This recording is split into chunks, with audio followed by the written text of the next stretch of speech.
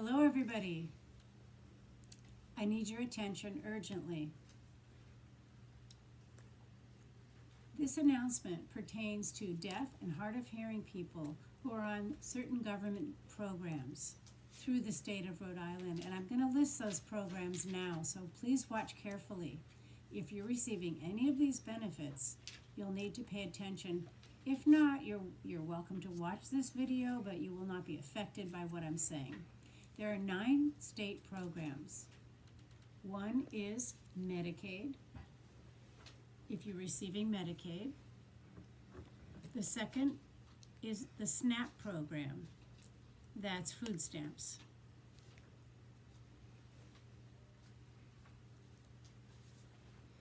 The third program is TANF, which is Temporary Assistance for Needy Families.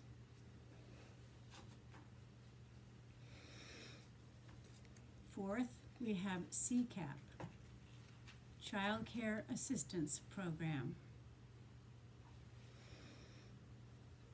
Fifth, we have health insurance received under the Healthsource Rhode Island program. This is for low-income families who are getting their health insurance through Healthsource.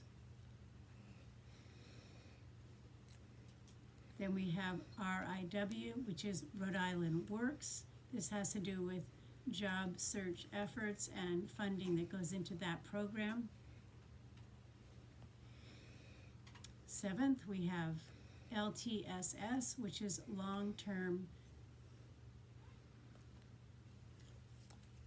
supports and services, LTSS. Eighth, we have GPA, which is General Public Assistance. And lastly, At Home, which is a cost-sharing program that has to do with housing in Rhode Island. It helps with paying rent in Rhode Island. If you are receiving any of these services, whether it's 1, 2, or 3 of them, it doesn't matter. You need to pay attention to what I'm about to say. If you're not receiving any of those benefits, you needn't worry. You're welcome to watch the video. You can help us by spreading the word to other deaf folks you know who might be receiving some of these benefits, okay?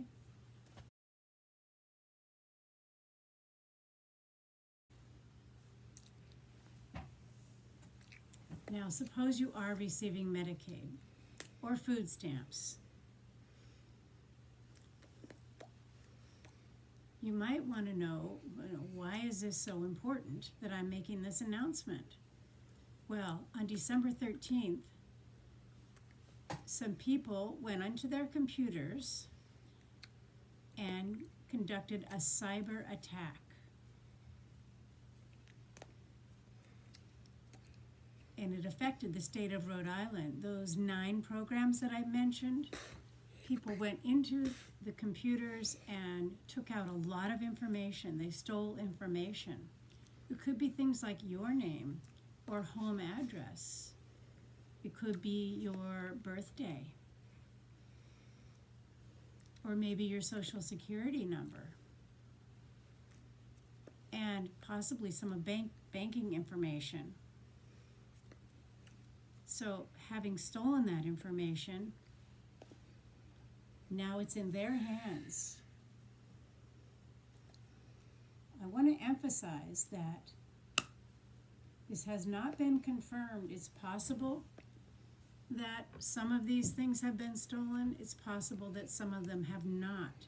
But the state of Rhode Island has hired a company called Deloitte.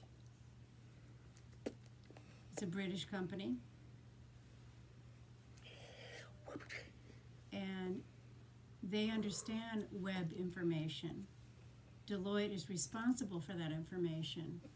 And so they are responsible, as opposed to the state of Rhode Island. Rhode Island has contracted with Deloitte, and they are now conducting an investigation, and they'll give a report to the state of Rhode Island and to the IT, the computer team at Rhode Island. It's a serious breach. And what it means is, or why it's so important, is that those individuals who stole this information can then sell this information to companies. And those companies can be scammers who could use your personal information. They might try to contact you and claim that they're from the SNAP program, and they might ask you for your name or your account number, but they're scammers. They could steal your identification. They could use your bank information to take money out. I'm not trying to scare you. There are certain protections in place, but I want to explain what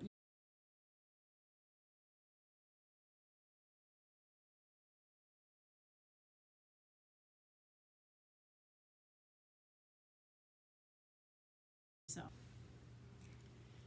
The first and most important thing you can do is to be aware. Keep an eye on your finances. Read your texts. Read your email.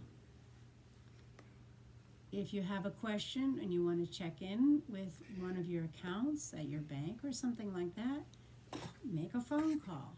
Find out if money has been taken from your account.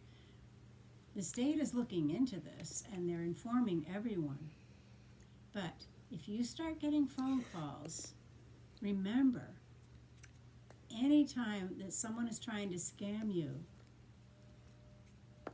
like a government office, it sounds like a government office or a bank, if they ask for your personal information, your social security number, never give that information over the phone. You are protected and you do not have to give that information. So if you were asked a text, through text or phone call, that someone needs your bank number or your social security number, do not answer. Just hang up. Especially if you don't recognize the number of the person calling you. Just ignore it. Even if they keep calling you, I recommend that you ignore it. So be aware of these scam phone calls. Also watch the news, because this has been on the news for the last couple of days. Also, let your friends or your helpers know. You could contact the Ocean State Independent Living Center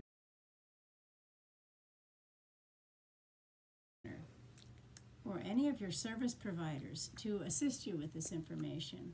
You can go to your bank right away and let them know that you are receiving some of these state benefits and that you are concerned about this scam. And they can install a fraud alert on your account, and that will make sure that your account is protected. If someone tries to take money from your account or charge something on your ATM or using your number, maybe it's from another country or another state, right away you'll be alerted, or you'll get an email or a text. And they'll be asking, the bank will ask, is this you taking this money out? And if it's not, you've been alerted now that somebody is attempting to do this, so you can communicate with your bank. So fraud alerts are extremely helpful. Another thing you can do is contact credit companies. There are 3 credit bureaus. These are huge companies. One of them is called Equifax. Here's their logo. Another company is Experian, and here is their logo. The third company is TransUnion, and here is their logo.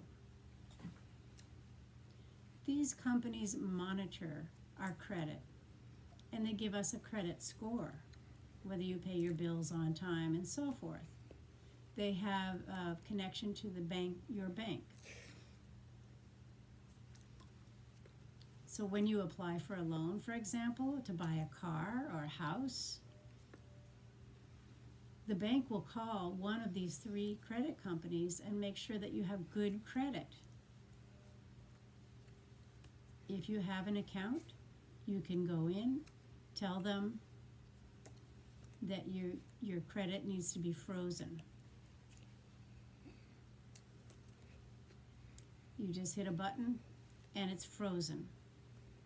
That will block anyone from trying to tamper with your finances. A scammer may try to use your name, but your account will be protected if you contact one of these companies to freeze your credit. Also, you can contact these companies and say, can I have a credit report? Credit reports are free as long as you're only asking for 1 per year. So there's no charge to contact anyone or all 3 of these companies and ask for a report. You can call them, email them. I don't recommend that you go into the office, but call or email and they'll send you your credit report. Another thing you can do is have multi-factor authentication, and I'll explain that to you. Multi-factor authentication.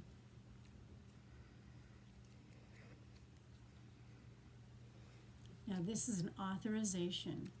So when you set up an account online and you put in your text number and your information, you want this multi-factor protection so that it's not easy to get into your account. They'll send you a pager with a code, or they'll email it to you. And you'll either get a page or an email saying, if you are getting this number, let us know that you are actually who we think you are. And so your personal information can be protected if you have multi-factor authentication.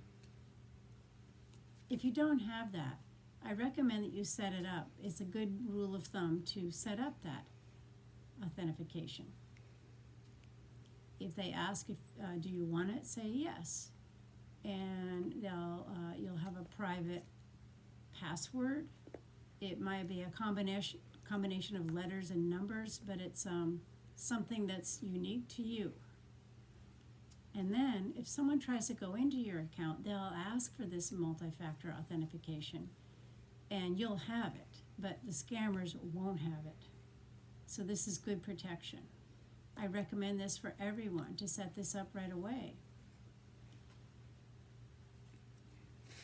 You want to be protected from people being able to access your private information, your ID, your social security number, and so forth, because there are people out there who will try to steal it. And if they get your ID, it's a major headache.